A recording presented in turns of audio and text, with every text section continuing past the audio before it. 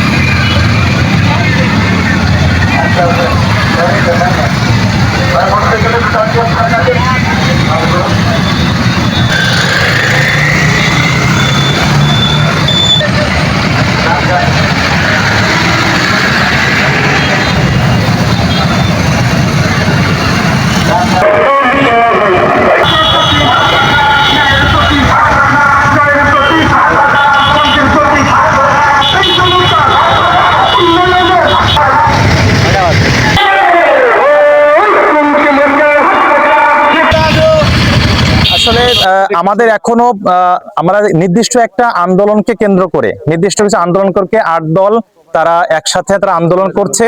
সেখানে ইসলামী আন্দোলন বাংলাদেশও অন্যতম একটি অংশীদার তারা আছে।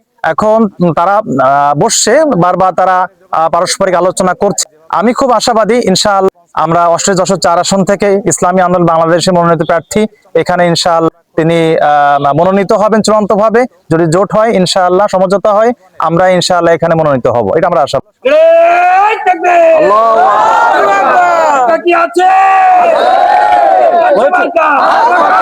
দর্শক, আমরা একটু কথা বলতে চাই ইসলামী আন্দোলনের যিনি প্রার্থী রয়েছেন ৮৮/৪ আসনে, অ্যাডভোকেট মাওলানা বাইজিদ হুসাইন।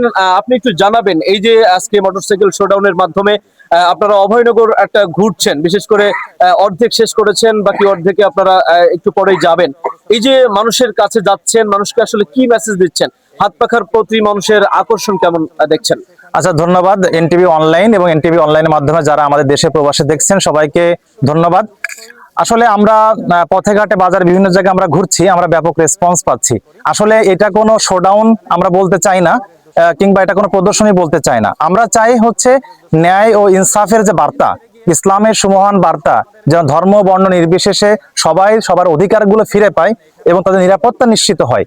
এই নিরাপত্তার যে আশাবাদ বা নিরাপত্তার যে প্রত্যাশা, এটা আমরা মূলত শান্তির বার্তাগুলো পৌঁছে দিচ্ছি এবং এই প্রত্যাশা এবং আমাদের শান্তির বার্তাগুলো তারা এটা খুব ভালোভাবে গ্রহণ করছেন এবং আমরা খুবই খুশি সেখানে আমাদের যারা হিন্দু ভাই বোনেরা আছেন তারা যেরকম আমাদেরকে রেসপন্স করছেন স্বতঃস্ফূর্ত ভাবে, তেমনি ভাবে আবাল বৃদ্ধা বনিতা, হ্যাঁ, সে ছোট থেকে শুরু করে যুবক যুবতী, তরুণ তরুণী, বৃদ্ধা বৃদ্ধ সবাই পড়াশোনা করে আমাদেরকে রেসপন্স করছেন। এইজন্য উভয় ধারা শিক্ষা ব্যবস্থায় যে সমস্যাগুলি আছে, 24 গণঅভ্যুত্থান সংঘটিত হয়েছিল, সেই যে সমস্যাগুলি আছে সেই সমস্যাগুলি ডিটেক্ট করে ইনশাআল্লাহ আমরা সেখানে শক্তিবিহীন, হ্যাঁ, বৈষম্যবিহীন ইনসাফের একটা বাংলাদেশ, ইসলামের একটা জনপদ এটা গড়ে উঠবে, এটা আমরা খুবই আশা করছি, তাদের কাছে রেসপন্স পাচ্ছি। আচ্ছা, কি পরিমাণ নেতা কর্মীরা আজকে আপনাদের এই মোটরসাইকেল শোভাযাত্রায় অংশগ্রহণ করেছে?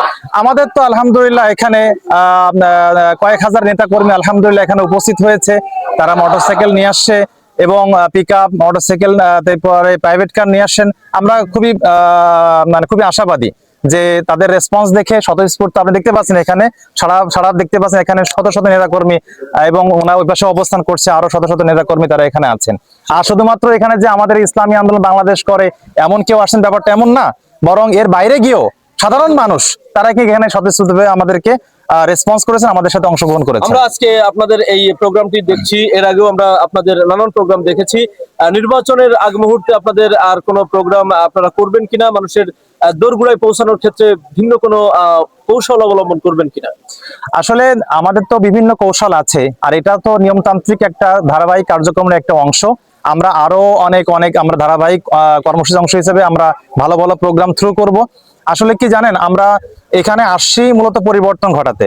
মানুষ 1971 সালে যে চেতনাকে কেন্দ্র করে এখানে মহান মুক্তিযুদ্ধ সংগঠিত হয়েছিল, আমরা সেই মহান মুক্তিযুদ্ধের সেই চেতনায় আমরা বিশ্বাসী। তেমনি ভাবে 24শে গণঅভ্যুত্থান যে কেন্দ্রকে করে হয়েছিল সেখানেও আমরা বিশ্বাসী। আমরা চাই সাম্য, মানবিক মর্যাদা, মানুষের ন্যায় বিচার, সমহান ন্যায় বিচার যেন প্রতিষ্ঠিত হয়। আর যেহেতু আমি আইন অঙ্গনের মানুষ, বাংলাদেশের সর্বোচ্চ আদালত বাংলাদেশ সুপ্রিম কোর্টের একজন আইনজীবী, সেখানে মানুষের অধিকার নিয়ে আমি কথা বলি।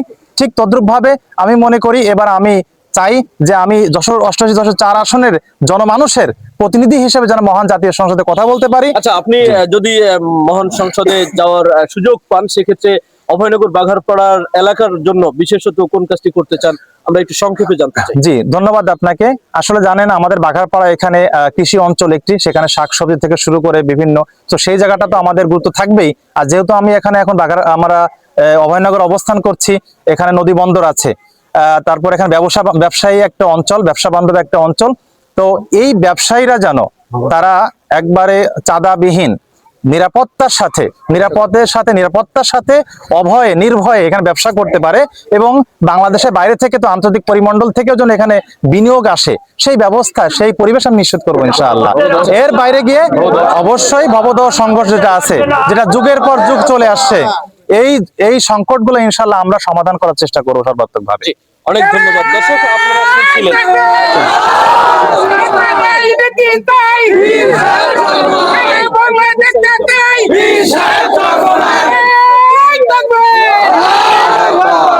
ঠিক আছে, চলো।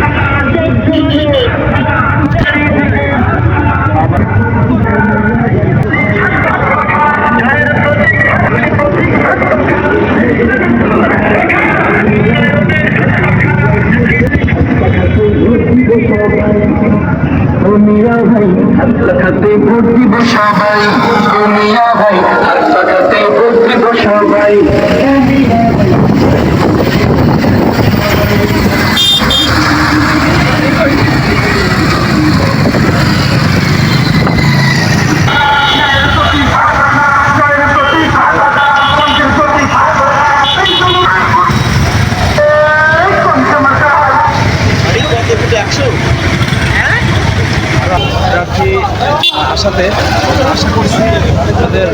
পূর্বে যে কার্যক্রম যেভাবে ছিল তার থেকে আরও গতিশীল হয়েছে এবং আমাদের প্রত্যেকটা ওয়ার্ড আমাদের ওয়ার্ড কমিটি আছে আমাদের এখন যে আসবে যদি আমাদের